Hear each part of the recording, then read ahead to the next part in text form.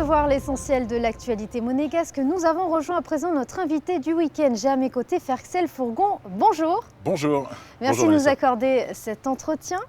Alors nous allons évoquer ensemble le spectacle Éléments à l'occasion des 60 ans du souverain. Alors un spectacle multisensoriel qui se décline, je crois, en 5 tableaux.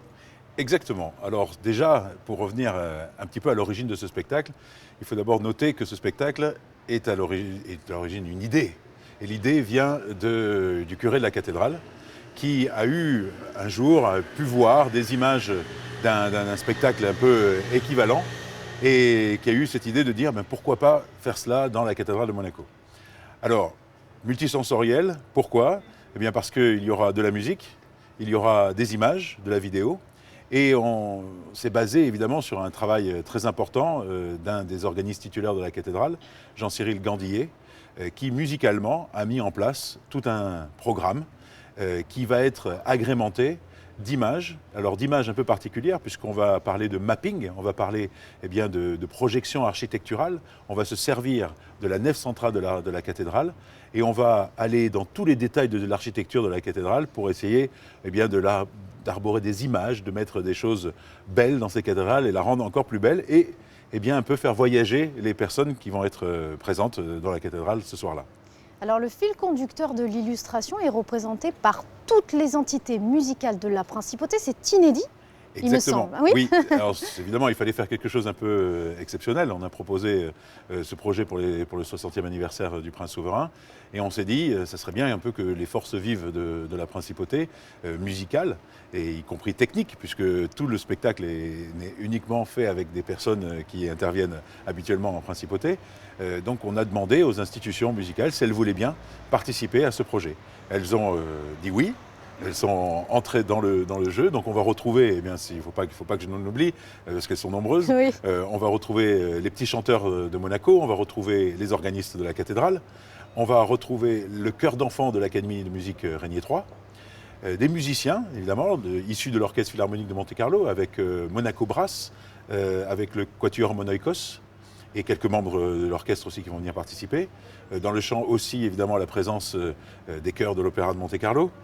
On note aussi la présence, vous savez, cette école FIPAC, l'école de formation internationale des artistes du chœur, qui vient aussi participer avec ses 6 élèves qui vont venir aussi chanter. Et on a un ensemble vocal qui vient se rajouter à tout cela, c'est l'ensemble vocal La Chambre, qui est dirigé par un garçon, Jean-Sébastien Beauvais, qui est un garçon issu de Monaco, puisqu'il a fait ses classes à l'Académie de musique Régnier III.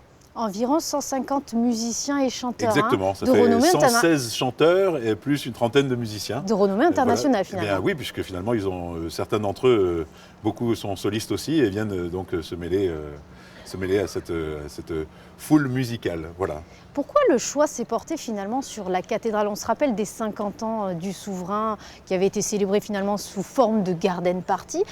Un registre totalement différent, la cathédrale. Est-ce que le souverain, justement, a choisi lui-même ? Alors, en réalité, c'est parti. On voulait au début, le curé de la cathédrale proposer cette idée en voulant se mêler aux activités qui seraient proposées pour le 60e anniversaire. Et il se trouve que le souverain n'a pas voulu faire d'autres activités, mais a accepté de participer et accepter que l'on monte ce spectacle ici. Donc, par conséquent, aujourd'hui, ça devient le lieu, ça va devenir le lieu dont on va publiquement pouvoir fêter un petit peu ce 60e anniversaire.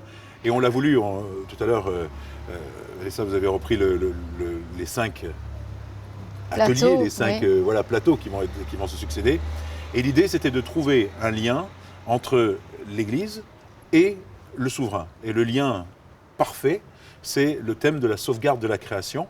Je pense que la sauvegarde de la création, la sauvegarde de la terre est évidemment un sujet qui touche le souverain et qui est symbolique, qui touche aussi beaucoup l'Église. Le pape avait à l'époque même rédigé une encyclique que le souverain avec postfacé a montré qu'ils ont tous les deux les mêmes intérêts. Et donc on voulait, dans ce spectacle, se rappeler de la création. D'où les 4 éléments que l'on va passer en revue dans ce spectacle, avec l'air, l'eau, la terre, le feu. Et un 5e élément qui correspond à la création de l'homme, puisque finalement la plus belle des créations de Dieu reste la création humaine, la création de l'homme. Et donc on terminera avec les voix qui viendront se mêler juste à la fin du spectacle, qui arriveront à la fin du spectacle, et ces voix pour rappeler la création de l'homme, alors que les 4 premières parties du spectacle seront uniquement instrumentales. Donc ce spectacle, le mercredi 14 mars, est-ce qu'il y reste encore des places? Alors oui, il reste des places. Ça, c'est la bonne nouvelle. C'est la bonne nouvelle. Donc il y aura en réalité, ce spectacle il va être joué 4 fois dans l'après-midi. D'accord. Une fois en général, puisqu'il va falloir évidemment faire une répétition générale de tout cela, où sont conviés, et c'est normal, il y a des enfants qui participent à ce spectacle, on a convié les parents de ces enfants à venir voir leurs enfants chanter, et donc à venir voir en avant-première le spectacle pendant la générale. Et ensuite, il y a un spectacle à 19h qui est le spectacle un peu protocolaire, où le palais a invité eh bien, le protocole de Monaco à venir participer autour de la famille souveraine. Et ensuite, on répète ce spectacle de nouveau à 20h30 et à 21h45.